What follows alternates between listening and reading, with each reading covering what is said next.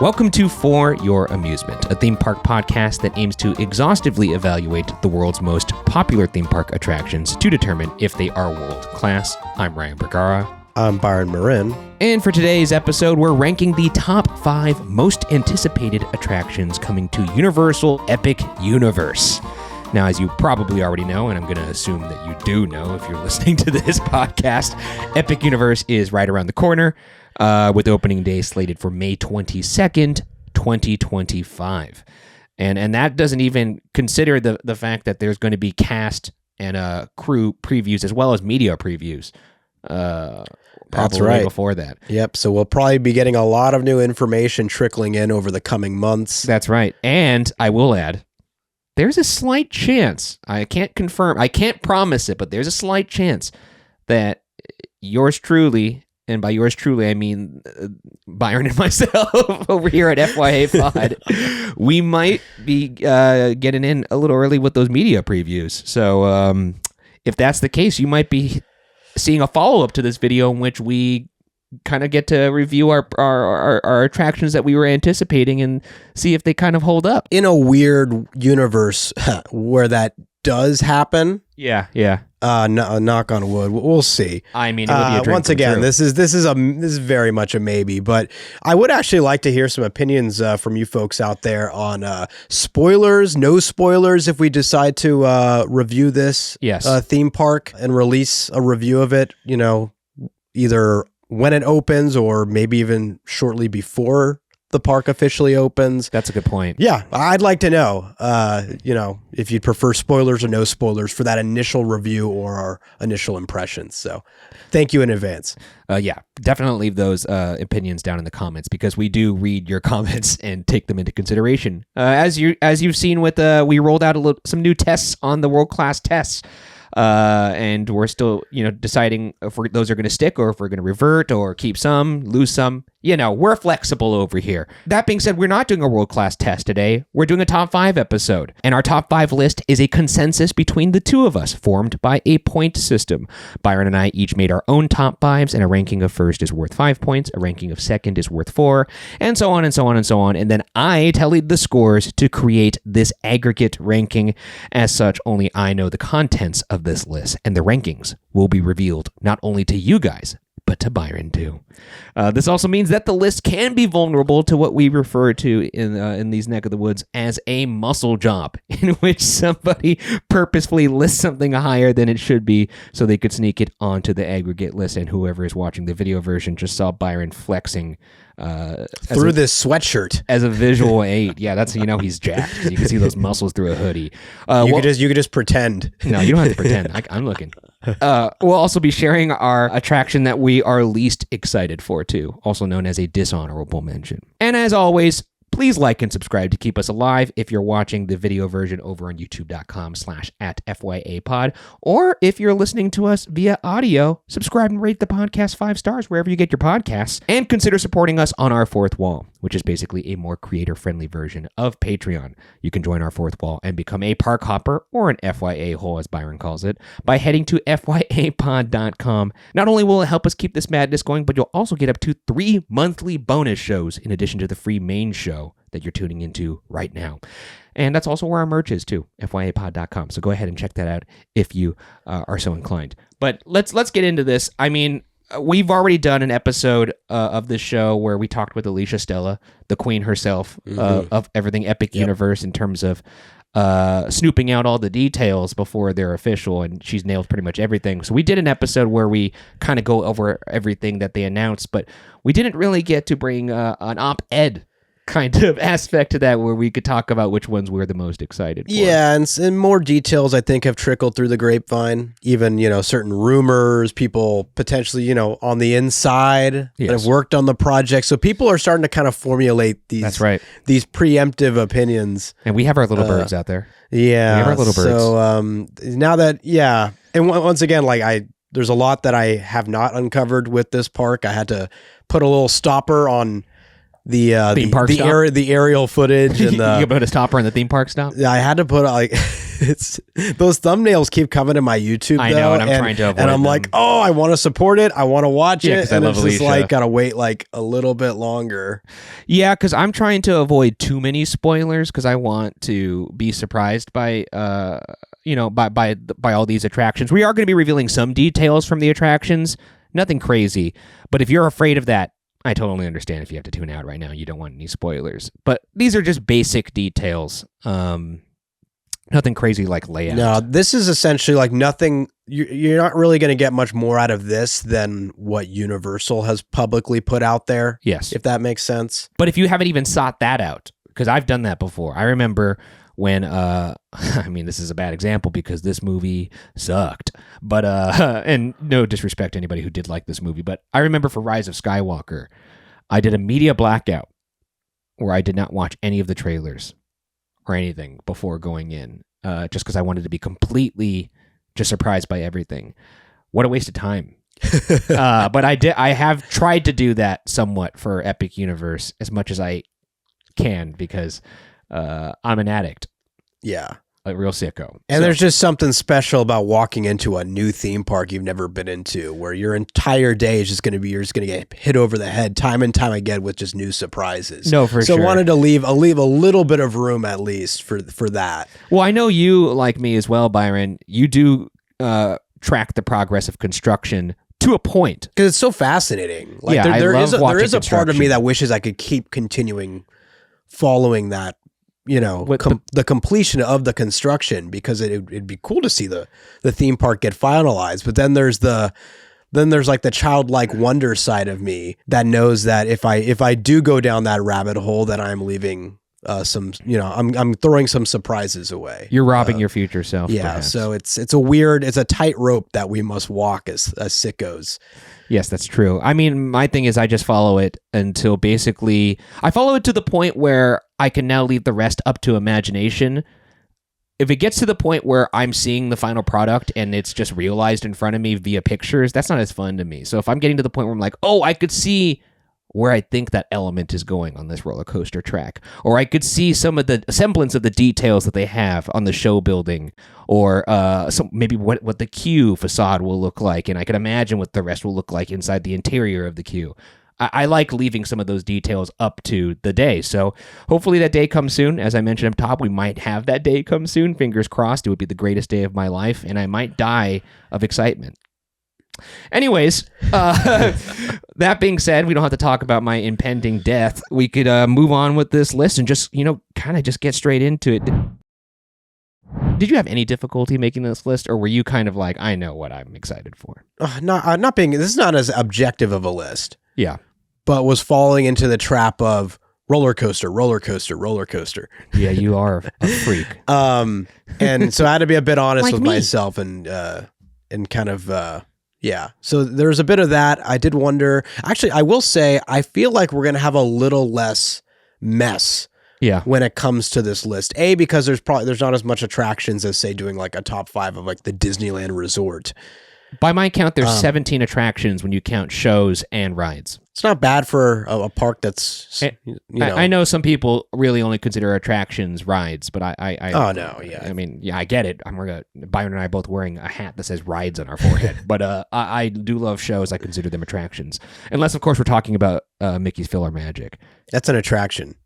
I'm attracted to that attraction. I don't think that's it's there. You're not attracted. You're not attracted to a little filler magic. No, I'm not.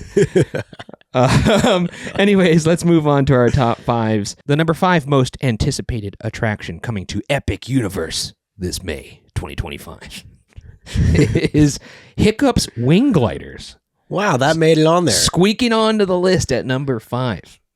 Now, I actually am very excited for you for this one. Now, if you don't know, this is in the How to Train Your Dragon area of Epic Universe, the Isle of Berk, as they're calling it. First off, let's just quickly, at a glance, just talk about this land in general. Before we started recording, Byron and I were already talking about how this land is going to be the sleeper of Epic Universe. Yeah, I don't know. I've heard that through the grapevines. I've heard that as well. People who've started to see it on the ground, people who are even just looking at it from above, like all of us on the internet. This land is shaping up beautifully. Mm-hmm. Now, what about the land in particular is exciting to you? I love the music. I love the How to Train Your Dragon. I think the track's called Test Drive. Oh, I see. I just have a feeling that that's just going to be like coursing through the veins of this land. I think the landscape's going to be really nice. Yeah. I think there's going to be a lot of cool water features. I think there's going to be a lot of really good kinetic energy. Well, we're also seeing a lot of footage of them testing out that amazing toothless, or not toothless. I think it's one of the dragons, one of the baby dragons animatronics. Yes. That thing looks incredible. It looks like one of those Boston animatronic robots. I totally forgot that they were going to have those. I don't know where that's going to be. I don't know if that's going to be alongside Hiccup's wing gliders or if it's going to be in the stage show. But it's going to be somewhere in this land, and it's indicative of like the level that they're going to for not just this land, but the entire park at large. I've heard that there's drones. I heard about that too. Well, we've seen also the test footage of drones that look like full-blown dragons flying over the park. Like, I mean, we could show, if you're watching the video version of it, we could show you some of that footage right now. It is crazy looking, as well as this animatronic that looks real. It looks like, I remember when I looked at the animatronic in the comments, people were like, "That's a person in a suit," and I love that reaction because I remember when I first got on, Smuggler's Run, the Hondo Onaka, which was one of the first like A1000 animatronics that Disney put out. It's not one of the first; it's among them. But I thought that was the most impressive animatronic I've ever seen. To the point where when I saw it in person, I did think it was an actual. Oh, from the back of that pre-show room, you go back and forth. Is it live actor? Is that a real person? Yeah, but the animatronics in this land are going to be crazy. I don't know how many are going to be visible from Hiccup's wing gliders, but Hiccup's wing gliders, it does have some. It seems like it goes through the land though, which I think is really neat. It does go through the land. This is probably going to be if Stardust Racers is going to be this land's or this park's, I guess, Velocicoaster, then Hiccup's wing gliders is probably going to be this park's Hagrid's. That's what I was kind of thinking. Is it's the same manufacturer, I think, too. I think and it also goes as well 45 miles an hour, just under Hagrid's, I think, which is at 50. Yeah, which seems like it's kind of at the higher end of like family thrill, kind of just like Hagrid's, really. Dual launch coaster, I believe. I think this has 2 launches. Oh, okay, not dual, multi-launch. Multi-launch, okay, yeah, not dual launch in the sense that it's racing, but like there's I think there's 2 launches on this ride. Oh, neat. From what I know. Yeah, it's weird. Yeah, it's rare that I don't follow. I'm not following the layouts as I would for many other coasters and other parks for Epic Universe. But all I know is it seems like it traverses a lot of land, and you're gonna see it as you walk through the land in many different spots. Probably is going to go under maybe some bridges, over some water. There's probably some cool effects that like might happen. We'll see. The possibilities warrant it being on this top 5 of what they can do with it. Yes. And how it not only will be a fun experience on the coaster, but also off the roller coaster. No, I have it on good authority that it's going to be weaving through a lot of the land's elements. So, and that it's a very, very good family roller coaster, which is every park needs one of those. Yeah, I feel like. Absolutely. If you're going to go crazy on Stardust Racers, then you're going to need to go a little less crazy, perhaps, on something like this. But yeah, Hiccup's Wing Gliders coming in at number 5. I don't think a lot of people are talking about this ride. I think it's going to surprise a lot of people, just like I think the land's going to surprise a lot of people. I think a lot of people, including myself, like wrote it off as, hey, like this is going to be a kiddie ride. It's for families. Yeah. I was picturing like a Jaguar over at Knott's Berry Farm. Which, no disrespect to Jaguar. It's a fun ride. Honestly, that's a gateway coaster. And it's a gateway coaster. It was one of the coasters that, like, I would imagine for kids that are a little bit more frightful, that ride is the ride that gets you to love roller coasters. That was what I rode before Ghost Rider. That's what drew me to Knott's. I see. I wanted to go on Jaguar, and then next thing you know, that same night I'm going on Ghost Rider. I mean, I coasters, I just wanted to get on them. I wasn't like really a scared kid. Yeah, that's true. I was banging on the outside of the door. No, I was a scaredy cat. It was weird because I would look at their stats and everything. Like I was definitely into it. Yeah. Like I nerded out over roller coasters, but I was always afraid of riding them. Yeah, that's fair. Well, that's number 5. Let's move on to number 4. Now, this might be a controversial number 4, I will say. But number 4, nonetheless, it is. The number 4 most anticipated attraction coming to Epic Universe is Minecart Madness. Donkey Kong's Minecart Madness. Now, another coaster, based on some of the things I'm hearing, barely. Like, I have to say, now there is some POV footage that's being released of because it's open now in Japan, right? Yes, and there's some POV video now too of the minecart coaster. I'm not watching it. Yeah, I'm not watching it either. I refuse to watch it. I will not watch it. Sometimes the bark is I guess less than the bite. Sometimes I remember when for example when Velocicoaster was testing, a bunch of coaster enthusiasts, including myself, were looking at me like, this pacing looks really rough. It looks really sluggish. And well, that turned out to not be the case. So yeah, but there are folks saying that this ride who have gotten on it that are saying it's not that great, right?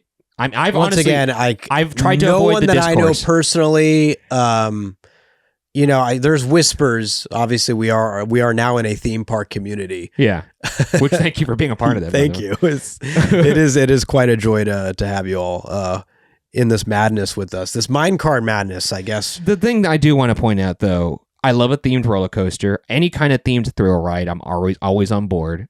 Universal has already demonstrated an ability, a capability of making themed roller coasters, like going back to Revenge of the Mummy, you know, things like that.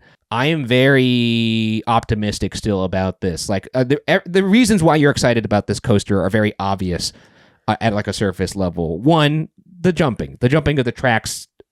I mean, I'm sure I don't have to go a new innovative ride system, sort of, or at least how the track works. It's got the most innovative technology inside of it to make us feel like we're actually jumping the track. Yeah, there's a dummy track, and then there's a real under rail track that it tricks you into thinking you're on top of a dummy track, so that when the track breaks apart, it gives you the feel and the illusion that you are jumping from broken pieces of track, much like you do in the Donkey Kong video games.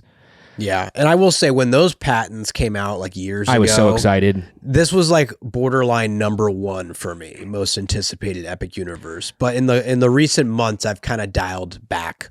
I think because there's a world, and I think once again, this might be potentially more geared toward kids. Maybe. I mean, it does capture the kid-like wonder that you want for a ride. I mean, I will say that even when the ride was when details started to come out just about the concept of the ride, like the conception of like the entire thing, that there was going to be a coaster that would jump track, I remember thinking that's some blue sky bullshit. There's no way that's actually going to be happening. And then I saw some of the patents, and then as we got closer and closer, I was like, wow, this thing that I really did think was impossible is actually going to happen, and is themed after my guy Donkey Kong, who has the best tie game in the business, even more so than SpongeBob. SpongeBob has a tie. It's very tiny. It's a very tiny. But Donkey Kong's tie, very nice and wide. Huh. Maybe one day, because they do have plots of land available still at Epic Universe, so I think it's inevitable that they expand.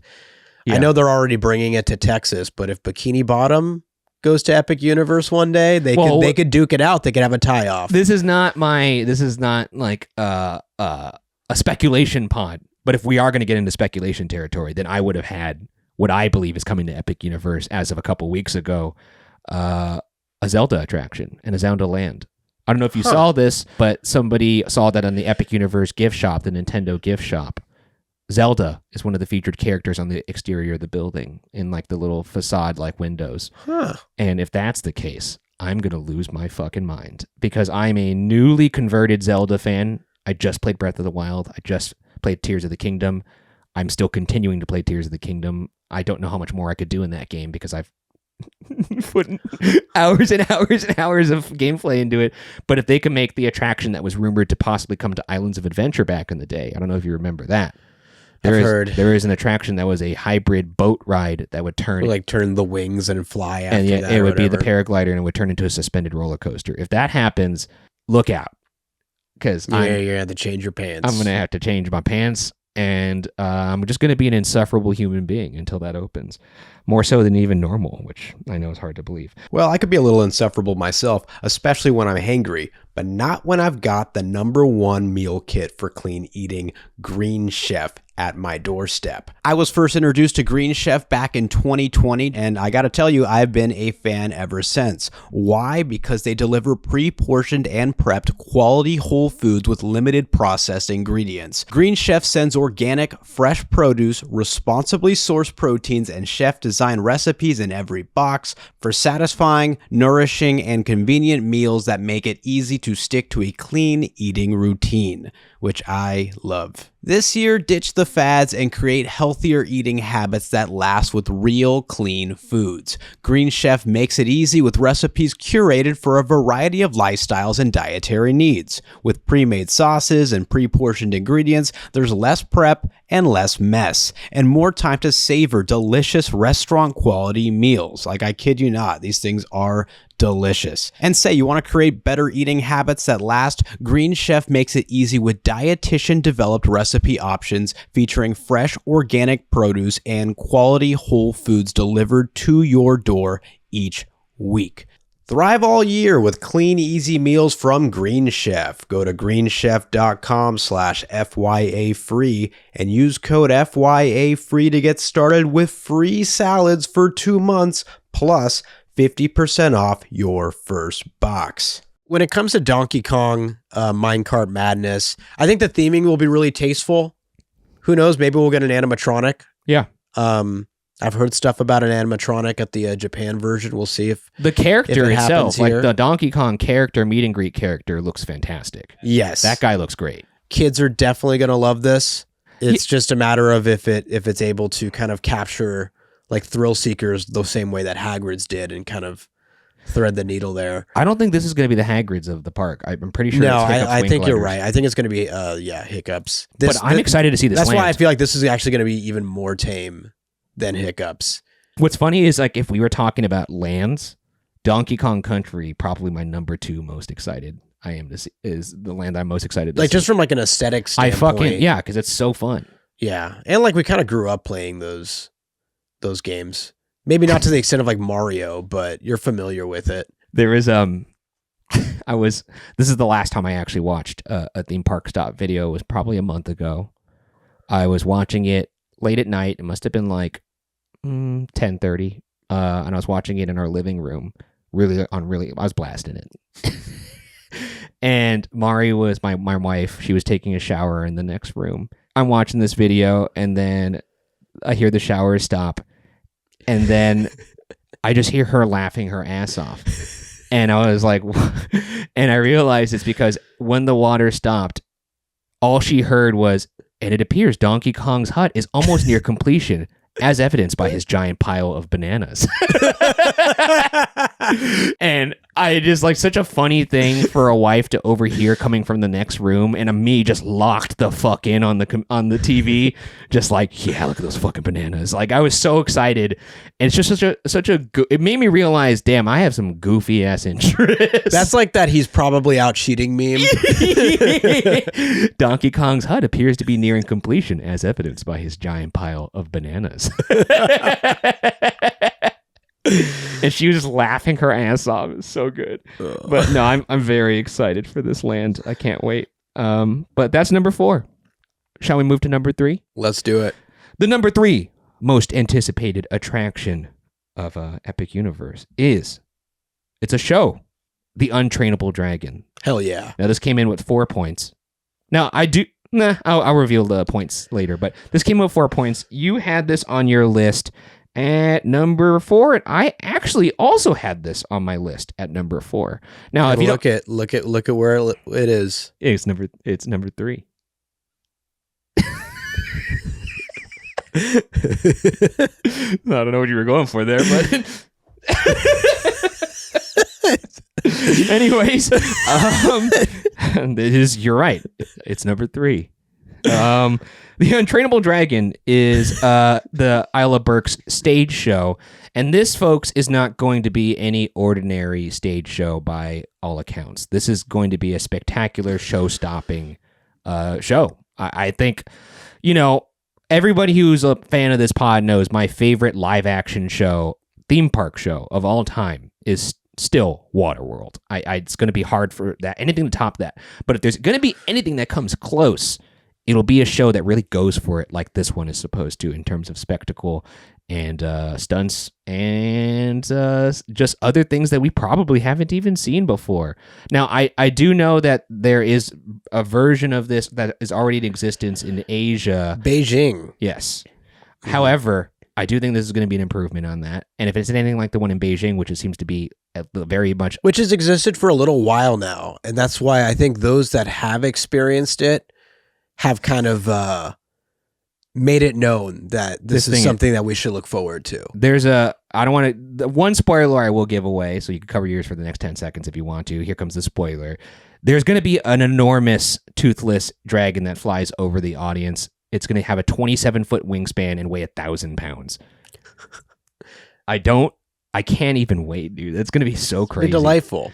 And I don't know what the story is. I don't know how much interaction there's going to be, but I just get really excited when theme parks really put their all into entertainment offerings, which is, I guess, what shows fall under. Big practical set pieces. Yeah, there's also like the monsters, I think, makeup show that's going over into Jesus Christ, to Dark Universe. Brain fart right there. But I'm excited for that as well. But I mean, this is clearly a different kind of show. That show that I just talked about is probably going to be more like a filler show. Yeah, this feels like it's going to fill the void for me personally. Yeah. From what we lost at California Adventure at the Hyperion Theater. Oh, I think it's going to be far greater than that. But the Aladdin show, was good. Kicked ass. Yes. And they had a magic carpet that flew above with the live actors on it. That's true. I mean, the set and the production level it was a Broadway level production. That's certainly what they said. It was. To be fair, it was just condensed into 45 minutes for, you can't take 3 hours out of people's day at a theme park. Yeah, I don't know how long this one's going to be, but I'm very, very excited for it. But I think it'll fulfill the same purpose. I'm really glad they're going for it because you don't see this in many theme parks anymore, not to this extent. No. It's going to be out of the sun. It's going to be indoors. That alone should probably put it on the top 5 here. I mean, I know this isn't even like really a hot take or somewhat of a unique take right now, because I do feel like the wheels are turning a little bit out there on people realizing this show is going to be awesome. So we're probably not the first people you've heard that are excited about this. But in the off chance that you are, I hope it's now on your radar, because I think this is going to be pretty spectacular. And I'm not very familiar with the rest of the live entertainment. I know you just brought up the Dark Universe, like makeup show. There's also a show in the new Harry Potter section of the park. I don't know. It doesn't. None of them have been talked about in the way that this one is being talked about in terms of the effort being put forth. So yeah, this is like big dedicated auditorium. Yes, like come grab your seat. This is yeah. And I love that. I love when they have like a big ass auditorium that you could fill out with the set and like the audience. And Universal's done that great for a while. Even Knott's does that with their Snoopy shows. So, I'm very, very excited for this. But that's number 3. Moving on to number 2. The number 2 most anticipated attraction at Epic Universe is Stardust Racers. Oh, hell yeah. This is going to get a little wonky here. But this was number 2 on my list, and it was number 2 on Byron's list. And hey, it's number 2 on the main list.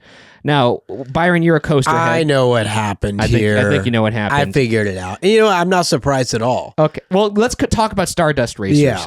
Now, why are you excited for this one, Byron, as the resident coaster head? Funny enough, this wasn't that high on my list until pretty recently, just because I'm like, we got Velocicoaster at Islands of Adventure. You got Hulk there. I was more keen on what they can do with their dark rides here at Epic Universe. Yes.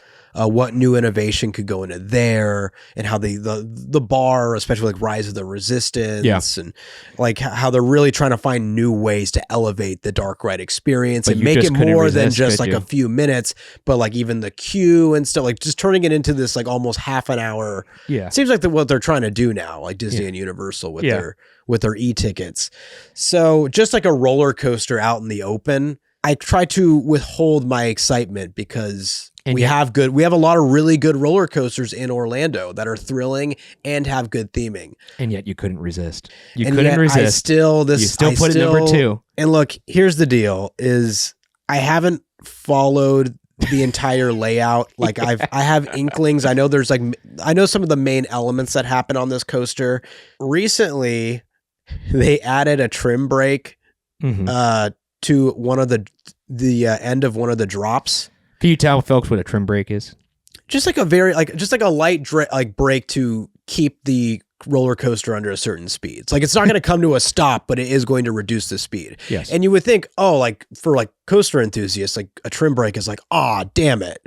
Yeah. You're like ruining the pacing of the ride. Yeah. They had to put these trim brakes in supposedly. For what reason? El Toro Ryan did a video on this, but like long story short, I didn't realize that there's some sort of authority out there that would crack down or like not allow you to have the transition from negative to positive G's be like a certain amount of intensity or happen like as quick as it did for or as strong as those forces were for Stardust racers. Yeah.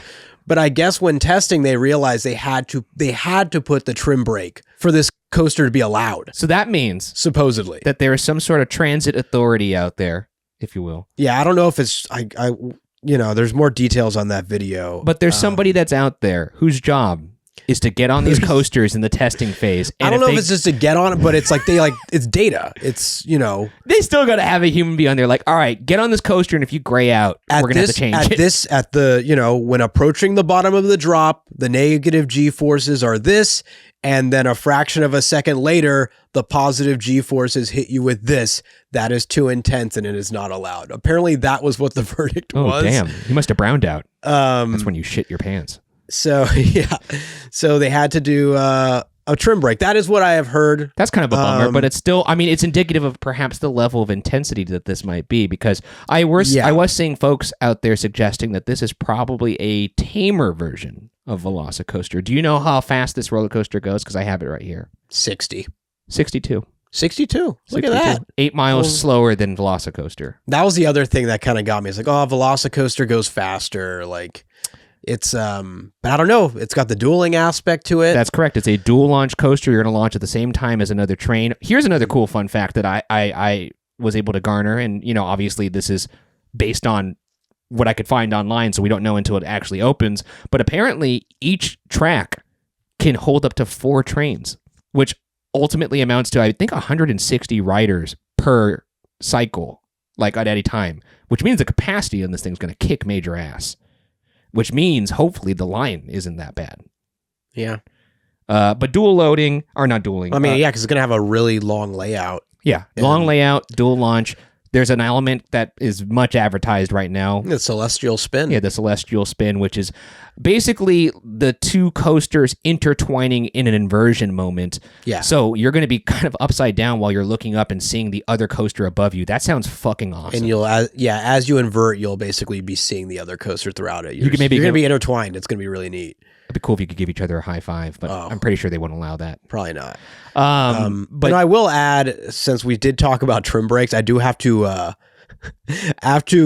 make a correction to the Velocicoaster episode that we did. Because when following the construction for Velocicoaster, I assumed that it was a trim brake.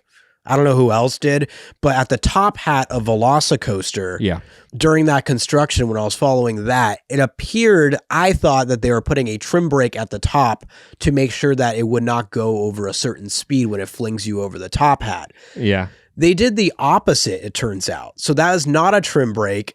I apologize for bringing that up in Velocicoaster because it's about time you apologize. I did not. I was waiting. I didn't follow to the completion of the project. I did one of those. All right, I'm not gonna. That's not like follow you this to not anymore. follow through to completion. I have to say, you'd know better than anyone. Right? So it turns out that is actually it's an LSM at the top of Velocicoaster top hat. You son of a bitch. So that in the case that it did not make it, over the top hat, that LSM would kick in and get it over there. So it's a rollback deterrent. Exactly. That sucks because I want to get a rollback, and I want to hear from Mr. DNA. Yeah. Well, it's not to say that the rollback is impossible, but that makes it much more unlikely. Well, I'm glad you finally apologized because me and the folks over in the Discord have been waiting for that apology. We've had a separate channel called When Will Byron Apologize? You can't see it. The amount of midnight texts. Also, one thing I'm excited for the lighting package on this ride. I know there's been some like commentary out there about like maybe not agreeing with the choice to have the track not have any lighting on it.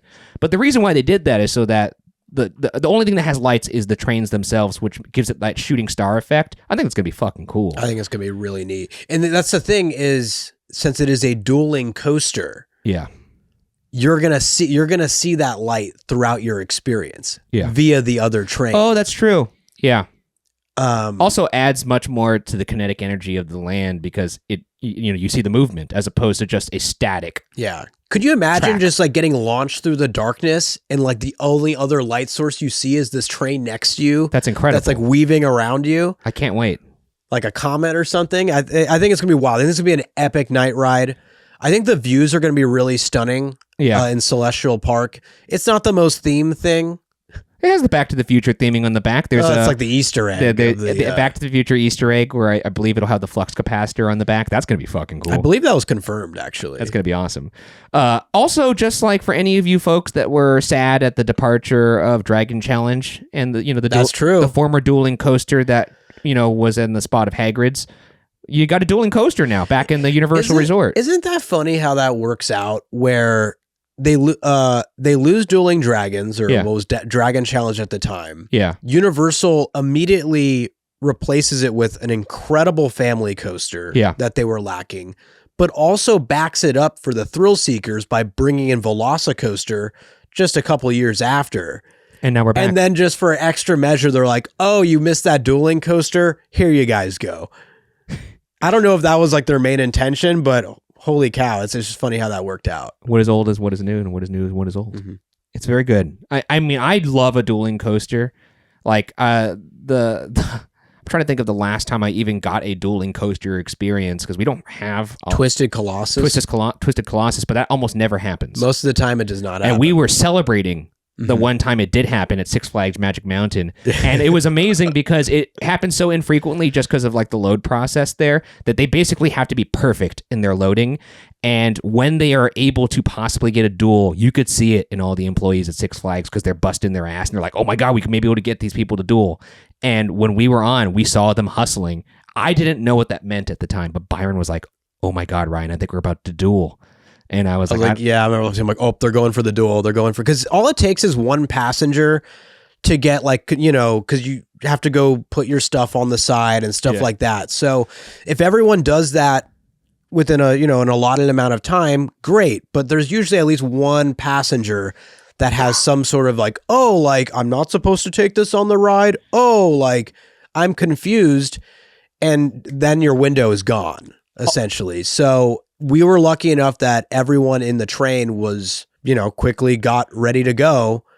And I think the crew members sense that. And when they sense that and they really want to get the duel to happen, then they'll give that extra push. Like, all right, check. And let's go. To the point where the other train, and we'll stop talking about Twisted Colossus here in a second, but we're talking about the dueling aspect here. Twisted Colossus, the other train was already, it already had been dispatched, and we were just behind it, and I was like, oh, we're not going to catch it. And Byron was like, watch this. And they literally slowed down the other train on the lift hill so that we could catch it. And I was like, I didn't even know they could do that. Yeah, that second, or one of those lift hills will run at a different speed to crazy to get it to catch up. But I think it's cool that we brought that up, because when it comes to Stardust Racers, there's not going to be that issue. No, it's launching at the same time. This thing is going to get the duel probably every single time. It's probably designed to do that. There's not going to be any hiccups in the loading process. No, it'll be like Radiator Springs Racers. You're going to always get the duel. Or Velocicoaster, or most of the Universal coasters at this point, where you have to put your stuff in a locker. I'm sure you're going to have to do that here. Yeah. So when you show up to the loading area, you just hop in and you load. That's it. The thing too, if you haven't been on a dueling roller coaster, the one thing that I will say is it really is amazing how much visual input could affect your perception of the thrill being offered in a ride, like speed. Like, for instance, that's why night rides with light packages feel faster, because your eyes are seeing the tracer lights, and that actually makes you feel like you're going faster because you're able to kind of process the motion differently. And in this particular case, when it comes to dueling, seeing another coaster near you does something to your brain that just makes the experience feel a little bit more intense. I noticed that when I was on Twisted Colossus, and it's also why something like even like Radiator Springs feels a little more intense than it actually is. And it's just fun to like hear the screams and like see the other passengers. Yeah, that's true. It gives you a little bit of context. It's a reminder of how much fun you're having. Yeah, it's also like, oh, I'm seeing another train going through a loop. I am now very aware I'm going through a loop as well. It gives you context real time, which is like kind of crazy. I'm very, very excited for this ride. Okay, we'll move on in a second here, but this is just the ultimate ride nerd question. If we are blessed with the opportunity to go to this park early, or whenever we go to this park in general, let's say we walk in, Stardust Racers is a walk-on, but it's the morning or daytime. Are you going to hold out so that your first time riding it is at night to preserve that? Because I might want to, but will I have the patience and the restraint? I'm down. Yeah, I know. Yeah, I'd have to know how late is the park open. Yeah, how late is the park open, and how late does the sun go down? I mean, because if like you have less than an hour window when the sun goes down, no, I think the park's going to be open fairly late. No, who knows? I mean, I don't know. Yeah, I guess we don't know. Yeah, that's true. I would imagine so if they're building in light packages. I mean, Universal's not notorious for insanely late hours. What I'm saying is, if you have like just like a 1 hour window of darkness, do you take that chance? For my first time, I think so. What if it goes down? Oh, yeah, because that's another thing. The way ticketing works for Epic Universe is people who are buying these 3-day passes, you can only use 1 day on Epic Universe. So you really only have 1 day in the park on your first crack visiting the resort. Mm-hmm. You really are taking a gamble, but I will say, I might roll the dice because I want my first time to be at night. It's going to be so hard for me to not go on that roller coaster until the end of the day. Yeah, maybe. We go. Maybe if you go in the morning, you get the morning package, and then the night. No, I agree with you though. I think we got it. But no, I mean now I'm maybe changing my mind because you go night first, and then your next ride in the daytime is not going to be as good as the night. So if you do daytime first and then you do night later, it's a different experience and it's escalating in enjoyment. I don't know. I think I'll just lose my fucking mind if it's at night. Yeah, that's going to be crazy. Be fucking wild. It's just going to be hard like throughout the whole day. Just that thing's going to be taunting me. Yeah, just pounding beers at all the bars around the park. Because I do think it would like realistically getting on the dark rides is going to be a lot harder than probably getting on this coaster. Oh yeah, because the capacity on this is crazy. So I feel like you're going to want to go on earlier anyways. And that experience is not going to change as much, obviously, because they're indoors. And it's in Celestial Park, which is the hub of the park, which I believe is the first land you're going to have to enter to go to the other respective hubs. Which means I think that line could be... line, if I were to make a prediction, will get very front-loaded. Yes. When the park opens. Well, I mean, typical park strategy for a lot of these Universal parks is you go to the attraction at the back and work your way forward so that... Or honestly, any like amusement park, really. Except Disneyland. Disneyland is kind of an outlier. That's because the lineup is ridiculous, but but like most like roller coaster heavy amusement parks, usually the strategy is that, especially since no offense to the average tourist that goes to like a roller coaster or just like an amusement park, it's usually the first cool thing you see, let's get on that, whatever. And you see that with Six Flags and a bunch of other. Yeah, no one wants to start their day with power walking. So if you just go to the back, then you could basically work your way forward. Anyways, moving on. And now, as you might have guessed, you're like, there's only one spot left, and yet there's 2 heavy hitters that they haven't named. Well, you're wondering is correct, because there was a tie for first place. So we're going to go 1B and 1A. This is interesting because 1A was number 1 on Byron's list. 1B was number 1 on my list. And Byron's number 1 was number 3 on my list. And my number 1 was Byron's number 3. I really go back and forth on that too. Which is crazy that we would both pick the same attractions for 1 and 3, but switched. Yeah. I also thought about going 1 and 2 with them. Yeah. Which would have definitely changed the outcome of this, but just Stardust Racers, I just couldn't resist and I just snuck it in. But now let's start with 1B, which will be the one that was number 1 on my list and number 3 on Byron's list. And this is by far the attraction I'm most excited for. It's not going to be a surprise. I cannot wait to get on Monsters Unchained, the Frankenstein experiment. There is so much to be excited about in this ride. First off, just the party line that seems to be coming out from Universal here is the absence of screens or very, very restrained approach to screens. Supplementary screens, whatever that means. Now, this is the same ride system as Forbidden Journey, the Harry Potter ride that is, on almost all these parks now. So it's that Kuka arm technology. So, we may be going upside down. You don't know. But that mixed with fully realized 360 environments where you could look anywhere you want and it will be immersive and likely include animatronics everywhere. Animatronics, by the way, that are supposed to be the best in the world. Monsters Unchained has the most technologically advanced animated figures that have ever been built. Full stop. I mean, they've teased them. I've seen some of the footage. We can show some of the footage of some of the animatronics right now. There's a Wolfman. There's a Frankenstein. Love seeing my guy Frank. These guys look incredible. The storyline is basically, I believe it's the daughter of Dr. Victoria Frankenstein. Victoria Frankenstein, who's the daughter, I believe, of Dr. Frankenstein. Together, we will finish what my great-grandfather started.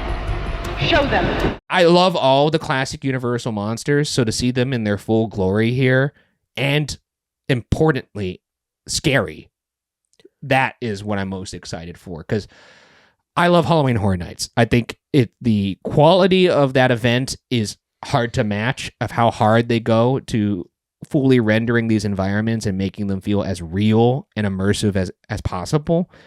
And I've always wondered, with Universal's might and power and, funds, if they really put all of that into making an incredibly scary dark ride, what would it look like? And we're finally going to get the answer to that with this ride. And I can't wait to get on it. We'll maybe get the answer. You don't think so? So here's my one drawback, and I think a lot of people are going to disagree with me. I actually don't think it's going to be scary. Interesting. Or not that scary. I hope I'm wrong. I would love for me to be wrong. I think it's going to be an insanely good attraction. Incredible storytelling is my prediction. I think it'll look great. It'll be super impressive, but I think they might pull some punches on how scary it is. This comes from Universal Apex. This is a Twitter account that I follow, one of the news sources for Universal. And this is a quote. I'm going to read this as a quote. So thank you to Universal Apex for this. But this is from them. Quote, "If what my sources are saying about Monsters Unchained are true." Now, incoming hyperbolic statement here. But if my sources are saying, if what my sources are saying about Monsters Unchained are true, this will be the greatest entertainment experience ever created. Our generation's haunted mansion. It will be a classic for the next 55 years. I get chills just thinking about it. Thoughts on that? I think it'll be very impressive. They will pull punches potentially to adhere to the general public. I think you might be right just from, and I know we're reading into a speculation tweet here, but I will say Universal Apex saying our generation's haunted mansion. That would suggest, not going too crazy on the horror, but doing things that you've never experienced on a ride. Yes, and I know insanely impressive stuff, new tricks, magic, essentially. We're going to be seeing, and I don't think this is unfair to say, I can almost guarantee it. We're going to see animatronics in this ride do things that animatronics have never been seen doing before. Like, I know there's some scary shit that animatronics already do. There's the walking effect that you see from the Indominus Rex animatronic in Jurassic World. I haven't been on the one in Beijing. I know there's some crazy shit they do with animatronics there. That seems to be small potatoes for what they're trying to accomplish in this ride, because I know that walking effect over there, I believe, is accomplished by them being on top of some sort of like moving platform. Oh, really? That's obscured from view. At least for the Indominus Rex over in Jurassic World. The animatronics here, I think, just judging off the movement and stuff I've heard, they're going to be doing some crazy shit that makes you question if these things are actually robots. And that alone is super awesome, especially when you consider the scale of something like a Frankenstein. Of like, you see a Frankenstein character out meet and greeting, in the park, and it's like, okay, that's a dude in a costume. But if you were to like really be like, if that was like a real monster that you felt like had the amount of strength that would be indicated by that size. In a dark, secluded area, in a darkly lit area where you're strapped down. That's scary, dude. That's really scary. Look, I hope they go for it. I want it to feel like this Wolfman's going to rip my throat out. And I'm not saying that in like the online sense when people are like, I want him to step on me, kind of like weird, sexy stuff. I'm talking about like, I want this Wolfman to literally kill me. We'll see. I bet the queue's going to be incredible. Oh my God. Walking through the castle. First off, I don't know if you guys have seen the facade work for this ride, but the mansion itself looks incredible. I haven't yet. Oh boy, it looks good. I've only seen it from the aerial perspective. I don't want to get too close to the finer details, but the queue, the walk up, the land. Speaking of the land, we're seeing fire over on the windmill over there for the restaurant next to Curse of the Werewolf, the Burning Blades Tavern. That shit looks amazing. This whole land I'm excited for, but this by all means seems to be the crown jewel of that land, and in my opinion, the park. And it's going to be the one that everyone talks about, I think, after. Hopefully. But according to Byron, which is his number 1 and my number 3, let's talk about Harry Potter and the Battle at the Ministry. This is supposed to sport some sort of revolutionary ride system. Universal did release on their official account a photo of the ride vehicle, the interior of it at least, which looks like some sort of caged vehicle. Kind of looks like the caged vehicles that are on Tower of Terror, honestly. Yeah. Yeah, I've seen them. So I don't know what these vehicles do. I don't know how. You know what? They're withholding it. I don't know how these things are going to move. I saw that photo. It looks decadent. looks plush. It looks really nice. Yeah. So I don't know how easy that will be like to maintain. How beautiful those ride vehicles look. It's weird because with Battle at the Ministry, this was not an attraction that I was initially that excited about. Frankly, I was kind of sad they were doing more Harry Potter because it was like, really? Again? Especially with everything that's going on with J.K. Rowling. And I was like, come on. It's one of those things where I just didn't. It's just, once again, it's like, do we need another Harry Potter land? Like, this is this is redundant. I like the rides. Yeah. But I'm not, I don't know if we needed an epic universe. And just the further they went along with developing this thing and seeing the scale of that they're going for in the land.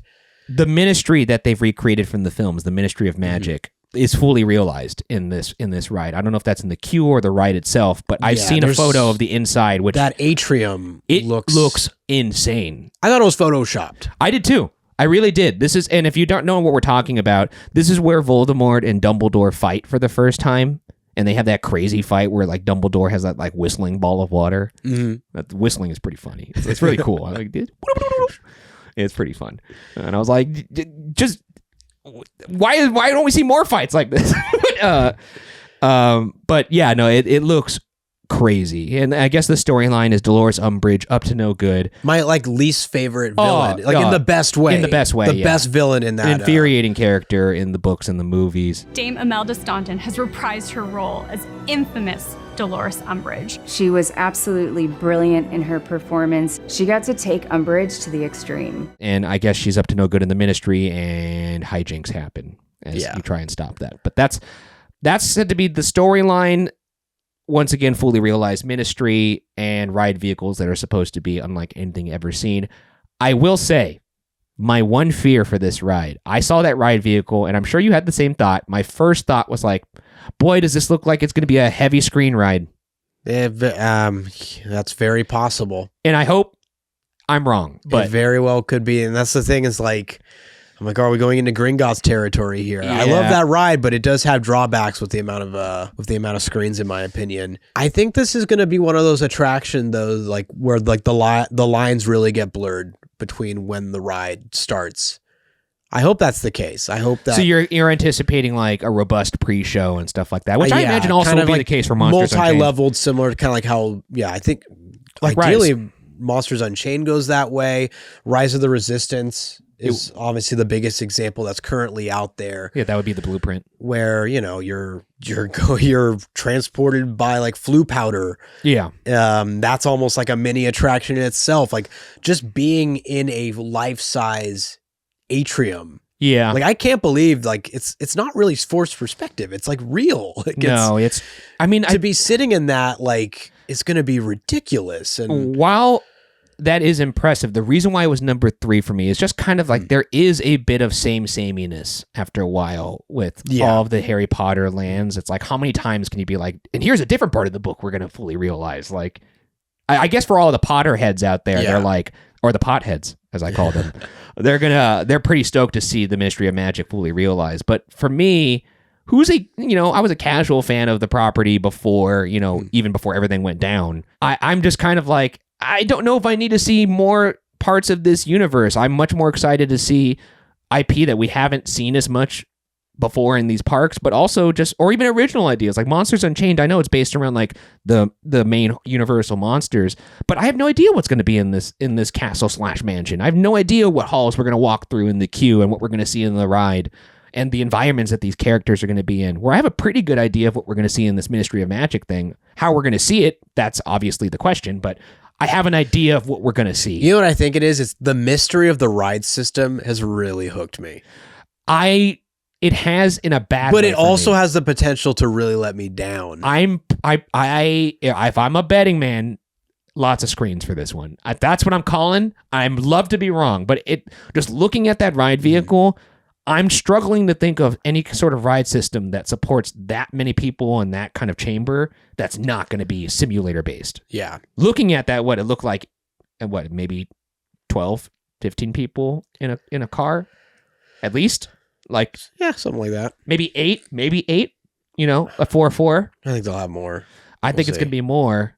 What does that even go on? Is it a trackless ride vehicle? Is it suspended? Probably not. Like, is it on rails? I doubt it. We don't know. The possibilities are endless. To me, it makes more sense it's on a They seem simulator. like they're really tooting their horn about it, though. Oh, they really are. My thought is it's probably going to be some sort of like moving simulator, kind of like the EMVs that Indiana Jones Adventure is on, like, a moving motion simulator. It'll be in that ilk, and that's like best case scenario to me. Yeah. In which case, that's just a better version of something that already exists. So that probably isn't it. But I'm very scared of the screens, guys. I'm scared of the screens. That's fair. That's not a bad point. I do think the potential for screens is much higher here than Monsters Unchained. No, I mean, they've gone out of their way to say that there will be barely any screens in Monsters Unchained. And by they, I mean Universal themselves.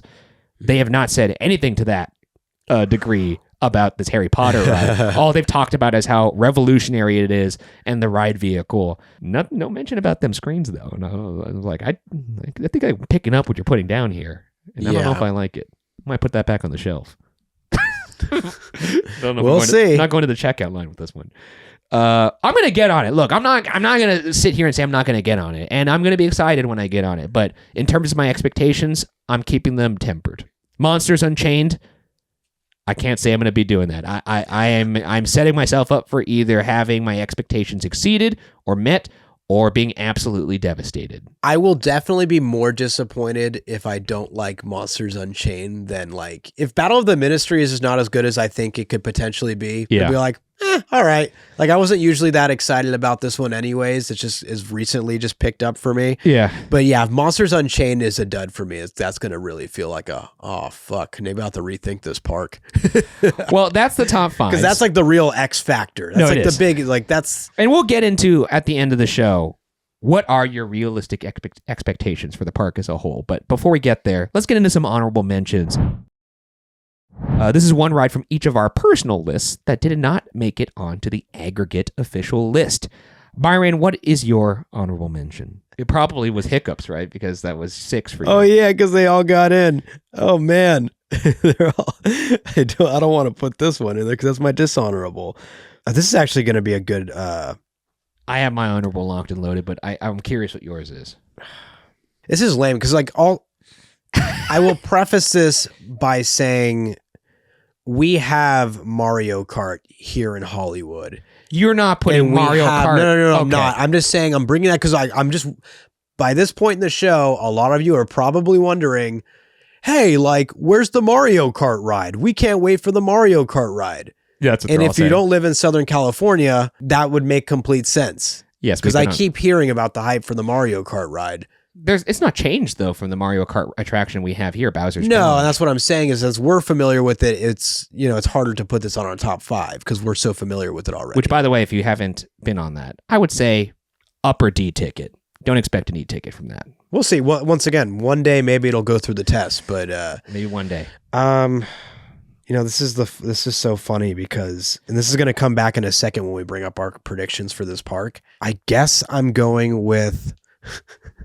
Actually, no, I don't even want to say that because there's like, I don't know, I don't have the name for it, but it's the. Cause I didn't even look up the name for it, but it's the flat ride at How to Train Your Dragon at Isle of Berk.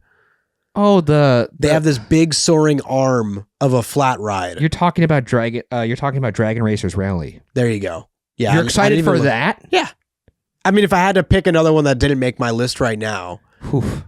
All right, let's hear why you're excited about that. It's a flat ride. It's a flat ride. I'm not going to choose Constellation Carousel. Constellation Carousel, it actually looks pretty badass. For a carousel. It's a carousel that has 3 carousels on top of the carousel that could independently carousel from the other carousel. And each of the ride vehicles you're sitting on can spin themselves and go up and down. That means you could carousel 3 times on top of a carousel. All right. Is that your honorable mention? It's not. No. But it's definitely not. You made a great argument for it. It's pretty good. I'm excited to get. I've never been excited to get on the carousel. I'm very excited to get on that one. Okay.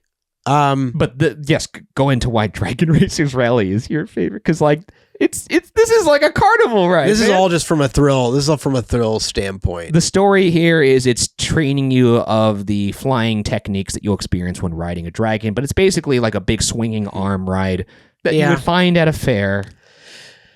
Yeah. That's it? Yeah, I think it'll be thrilling. Oh my god. That's all I have. Is it looks massive. The theming doesn't even look great.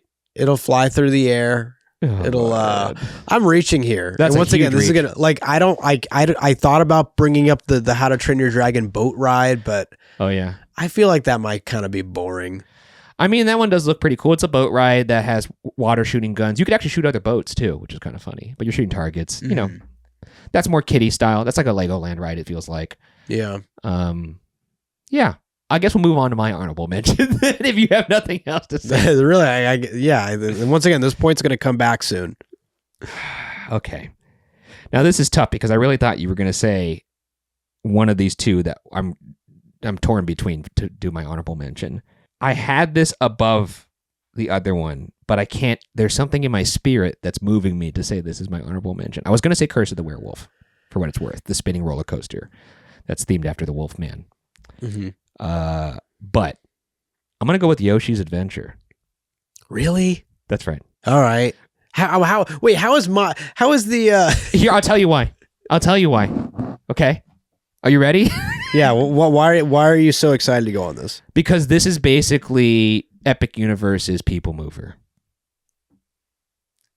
Yeah, look at your face right now. I could tell. No. If you're watching the video version, you could zoom in on his face. In instant replay, his face didn't move because he knew that was an excellent point. He didn't move his face, but he did this thing where he's like moved his arms into kind of like this like prayer motion on his like lap. He was like, "Damn, that's a good point." No, okay. I don't think it's a bad point, and honestly, I hope you're right. Have you seen the renderings of it? It looks pretty cool. I don't think you're going to traverse through a space that's nearly as exciting as People Mover and you're not going to go at the perfect pace that People Mover runs you through. I was hoping you would say this. Byron and I were at Super Nintendo World, I think 2 weeks ago or last week. Was it last week? I think it was last week. He said something that I actually wrote down in my notes because I had a feeling this was going to come up at some point. And he he was talking about, the one thing that's really good about Super Mario World, I got to give it its credit. There is a lot of kinetic energy in this land. There's a lot of moving parts. Everything is moving in this land. And I was like, I agree. And guess what Yoshi's Adventure does? It adds to the kinetic energy of the land, and you're moving through the land at a level that you wouldn't see from the ground in a slow way where you could really take it all in. You're moving right past the elements that are moving. Animatronics, giant piranha plants. That's a pretty cool way to take in that land. And not to mention you're going inside and seeing some of its own interior effects. What do you have to say to that? I like it. I hope you're right. You know what? Perhaps I've been weighed down with a lot of the negative reception. Yeah. But once again, people are expecting more from that than what it should be. That is true. Think of it like Super Mario World's People Mover. That's all you have to think. I think that is a great way to pitch it. That does get me personally more excited for it. It's certainly better than the argument you made for Dragon Racers Rally. I will say, which was I'm in it for the thrill. I am more excited now for Yoshi than I was. Obviously, I wasn't even prepared. I never even wrote that ride down. Now, if they let you take beer on this ride, oh boy. I think also a lot of people are probably just watching POVs of it and like, wow, this isn't really that fun. Yeah. But I think if you do, it's going to add value ideally, to the park going experience. A tame, hopefully, if it's Omnimover type, you're not waiting that long. Hopefully, the capacity's decent. It certainly will be better than Island of Adventures. If the wait's short for this, I'm all for it. Well, if the Dr. Seuss ride in Island of Adventure, the one that's on top of the aerial track that moves slow. It's like their version of People Move over there. And I've never done it. I've done it. It was fun. Okay. I don't know the name of it, but I've done it. I think it's like the Skyway or some shit like that. I can't recall. But I will say that this is moving through a much more immersive environment. And I was like, that's genius. This is basically what Star Wars Land was trying to do, or Galaxy's Edge, rather, was trying to do with the Bantha ride, where you would ride a Bantha through a very immersive, built-out 360 environment. Take advantage of the 360 kind of like thing you've made. And the fact that they're actually capitalizing on that with a ride, with a character who has its own IP. I will say it's nice. It's a good Yoshi the Yoshi music with it will probably really put me at peace. Yoshi. That's pretty good, Yoshi. That's the noise he makes when he farts an egg out of his ass. Yeah. Just he's air running. I love that guy. He's a funny dude. All right. You won me over. But yeah, I was gonna put Kierce the Werewolf, but I was like, I can't abide. A lot of people are excited for that. I think everyone's shitting on Yoshi's Adventure for no reason. But that's my honorable mention. Now it's time for some dishonorable mentions. This is where we list one attraction that we believe is we're not one attraction we believe. It's the attraction we're least excited for coming to Epic Universe. And what do you have here, Byron? I have Curse of the Werewolf. Interesting. Okay, we get to talk about it anyway. Here, I've given all the other roller coasters a bunch of love. Yes. So far on this episode, this is the one I'm least excited about. I think people are going to be disappointed with this one. Yeah. Why? I watched I followed the early construction of this. And by the way, I don't believe this was in their initial plans at Epic Universe. I thought there was going to be some like big show building that did like a live show. Yeah. That was going to be Dark Universe based or with the monsters. I feel like this is a circumstance of, or this is a result of budget cuts, honestly.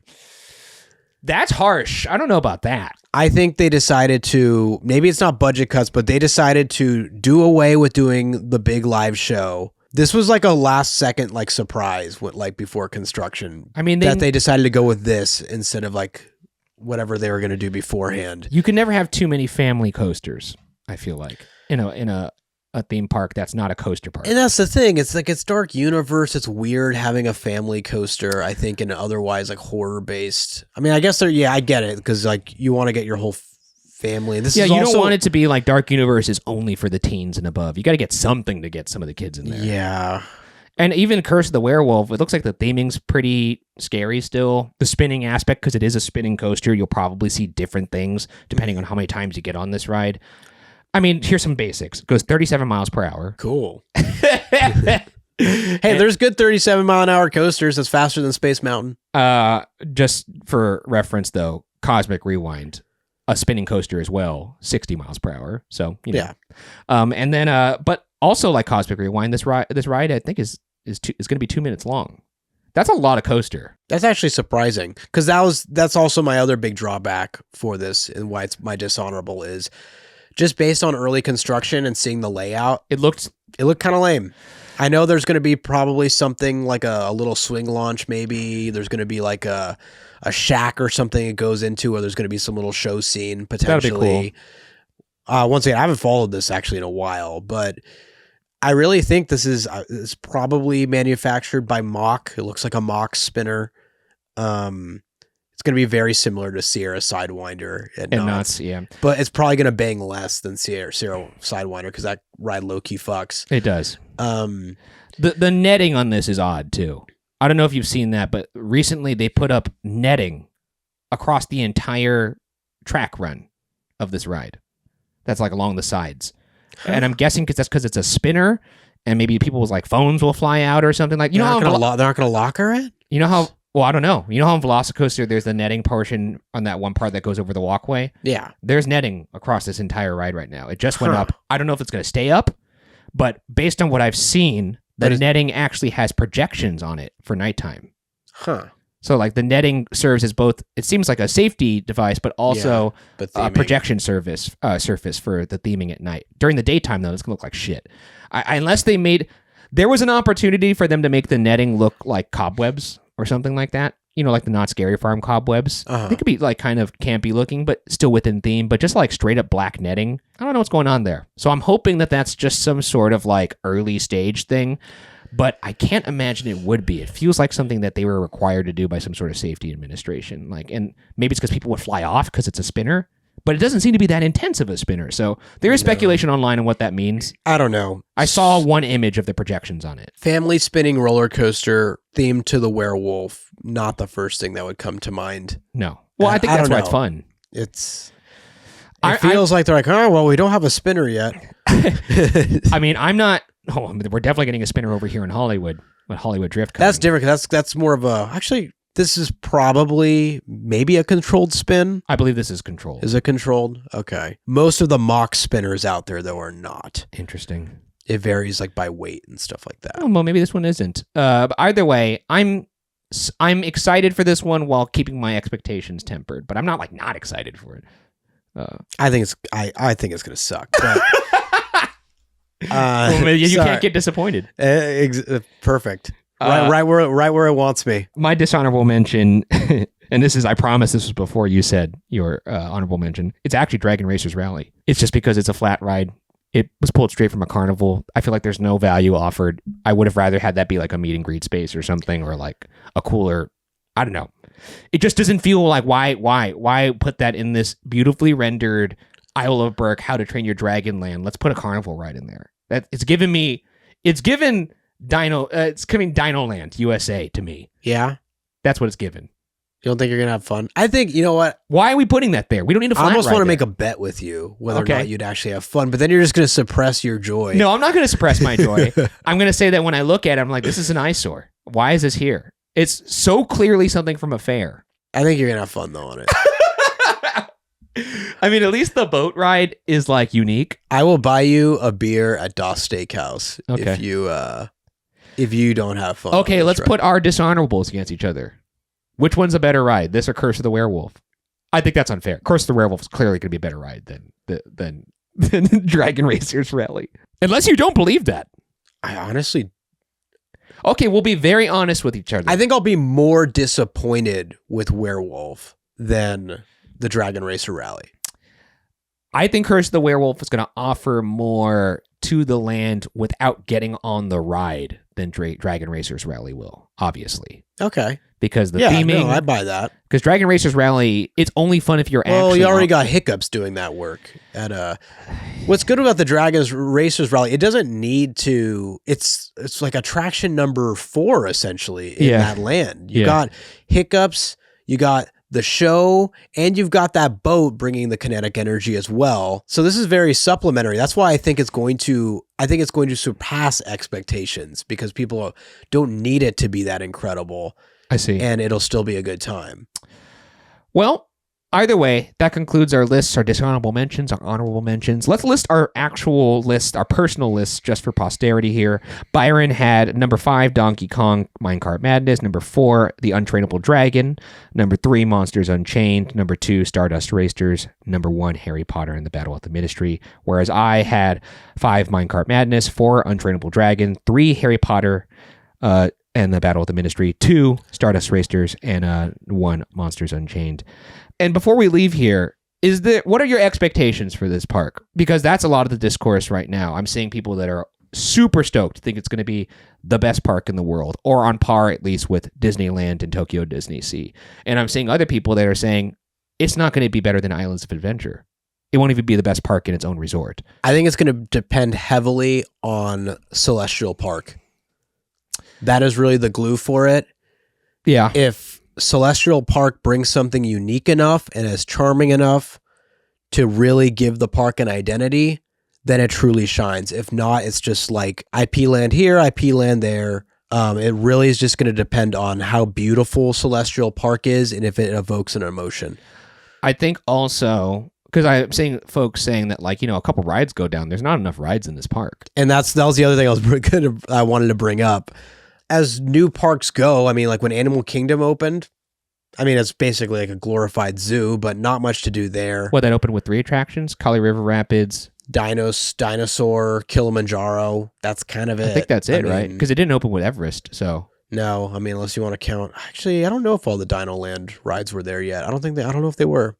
It was a pretty sparse park. So But this once obviously again, is not that level, but yeah, but that one also had like a lot of, animals and stuff like that. also too. no one was saying Animal Kingdom will be the best park in the world. Yeah. Which I don't think this is going to be the best park in the world. A better comparison would be 1999's Islands of Adventure. How many rides that had. And they're probably neck and neck. Yeah. Also, a big factor is going to be what, the attractions or the experiences that are not rides. Is the How to Train Your Dragon show going to have to carry a bunch of weight? Or is there going to be enough live stuff around the park? I almost wish Dark that'll fill Universe time had up? like a haunted house walkthrough that was year round. Maybe that's what the purpose of the queue is going to be. Maybe. I don't know if you've heard rumors about that. I have. Yeah. You want to share that? Yeah, I mean, you could fast forward 10 seconds if you want to skip this. But anyways, we go right now. Scare actors in the queue. Yes, I've heard that as well. I don't know how long they could keep that up, but that is something that they have said. And also, I do want to clarify, when I was saying some people think this park's not going to be better than Islands of Adventure, I think Islands of Adventure is an incredible park and arguably a top 3, top 5 park in the world. And many would argue that it opened as an incredible park as well. Without Wizarding World, the Lost Continent held its own. It also has my favorite 1-2 coaster punch that I've ever been to in Velocicoaster and Hagrid's. Yes. But didn't open that way. It didn't. So No, that's the but thing currently it has that. Yeah. So like if this isn't better than Islands of Adventure, that's not saying this park sucks. It's just saying that Islands of Adventure is a fucking great park that had has decades now to have, improved. Whereas this is, we're looking at a day one park. You look at any park day one, you're not going to look at something that's perfect. Disneyland day one was a fucking disaster. I'm sure Disney Sea was actually pretty great. But that's also not a ride park. Disney Sea is not a ride park. It's a park that is beautiful, like very immersive, but yeah, if you're going for a robust lineup, you're not going to get it at Disney Sea. You go for the atmosphere, you go for like the emotion it can evoke, the attention to detail. So once again, I stand by, if they could crush Celestial Park and it really kind of has its own identity and it brings out that emotion. Yeah. It offers enough stuff that every time you go back there, it just tickles the nostalgia bones. Yeah. Then I think you got something incredible there. If Ministry of Magic and Monsters Unchained disappoint, though, oh boy, that's trouble. That is trouble. I think there's a lot of weight on those shoulders. I'm also curious what the identity of the park will come to be, because you look at something like Disneyland, it has a very specific point of view of what it's presenting. It's not just here's a place where you could get on rides or IP spread around. The Universal parks in general, to me, feel a little bit more like there's not a unifying theme. I know Islands of Adventure, you're literally looking at the different islands of adventure, but yeah, it's based off literary works. Yeah, and Universal Orlando, you're in writing the movies and all that stuff. I'm curious what the identity will become of Epic Universe, because it is basically IP land. So Celestial Park, as you're mentioning, is going to have to do a lot of heavy lifting when it comes to the identity. It's the thing you see first. It's going to be what could possibly, hopefully 10, 20 years from now, invoke that nostalgia that Disneyland has when you walk down Main Street. And I'm skeptical of that, I will say. Well, as they said, they want to put the park back in theme parks, so we'll see how they did say that in their video. Mm-hmm. You know where I actually think this park could really separate itself, though? And I really do believe this, because looking at all of the theme parks in existence right now, I think it could maybe be number one, day one, is in food and beverage. We'll see. Because restaurants offered, the variety of food offered, the quality of food that's being promised, plus all of the drink options, whether they're alcoholic or non-alcoholic. I don't think there's actually a park in existence that has as much in that category than this park, including Disneyland and Disney Sea. I think the options will be neat. I mean, there's some serious restaurants coming to this park. We'll see. I don't know. I'm already disappointed that Doss Steakhouse doesn't serve steak. It's kind of weird. Well, I didn't even know that. That's crazy. You know what I did forget, though, is apparently there is going to be a water show. Yeah. Right, in Celestial Aquatica Park. So yeah, That'll be interesting. Yeah. And the hotel inside the park is also something I'm very excited about. I know it's going to be probably, well, actually not too expensive compared to like Disney Deluxe hotels. Yeah. But still expensive. But yeah, you look, I cannot wait for this park. I hope it's just not a bust. I don't think it can be. Byron and I have talked about this a lot. Is it possible that this park could be a total bust? Like you said, Monsters Unchained is not that good. Ministry of Magic, not that good. We're in trouble then. Like, we're in big, big trouble. Like, I have a hard time believing it would be a complete bust. I believe the expectations have gotten so lofty that now I am buying into the, like, people might feel like a little, okay, it's not quite there yet, but yeah, I mean, we'll see. They made it clear that there is going to be expansion to this park. Yeah. So, and even like people are snooping out maybe the Link and the Zelda land.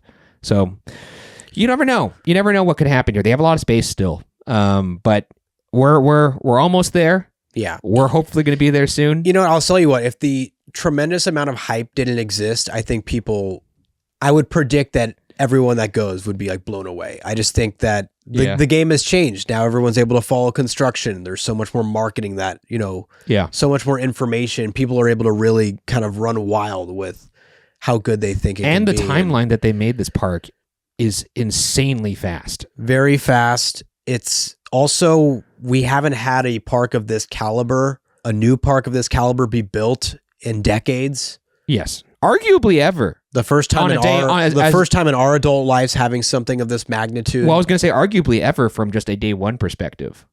Like, because like the parks you were talking about, like you could maybe say Islands of Adventure had like a comparable amount of attractions, but they weren't, I mean, I don't think they were, definitely wasn't made with this amount of money, with this amount of innovation going, they've had to really elevate the game. That's interesting to think of that, just even like a thought exercise of like, if Islands of Adventure was being built today, in today's existing like internet age, would the hype for Islands of Adventure be what Epic Universe is right now? And I actually don't think it would. The original Islands of Adventure. The original Islands of Adventure, opening day Islands of Adventure.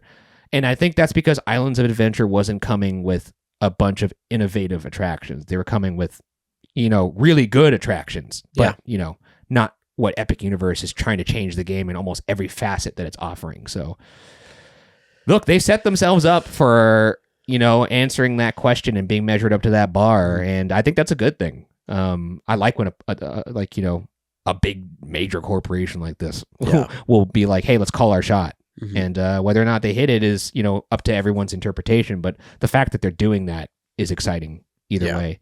And we'll have to see if the supplementary attractions can measure up to, just measure up to the filler attractions being helpful. Yeah. Because that was the thing, is I was having a hard time getting past 5 attractions to put in the top 5. I think people, for the most part, especially since Mario Kart's going to be surrounded with by another, like a bunch of these headlining attractions, I think people will be pleased. No, especially because people in Florida who haven't made their way to SoCal have not even seen Super Nintendo World yet, which, that'll be cool. Mm-hmm. But either way, that does it for this episode of For Your Amusement. If you're watching, make sure to leave a comment, subscribe to the channel, or if you're listening to this, please rate the podcast 5 stars and subscribe wherever you get your podcasts. And consider once again supporting us by joining our fourth wall and becoming a park hopper or an FYA hole by heading to fyapod.com.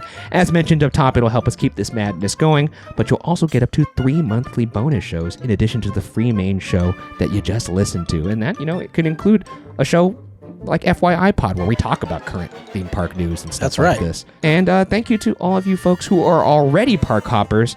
So here's 10 names of e-ticketers that we'd like to thank right now. Justin, Taryn, Braden, Totally Not Seth, Katie N, Mediocre Mouse Detective, Ian Slater, Carson R, Ellis, Melani, Lou, What the Bach.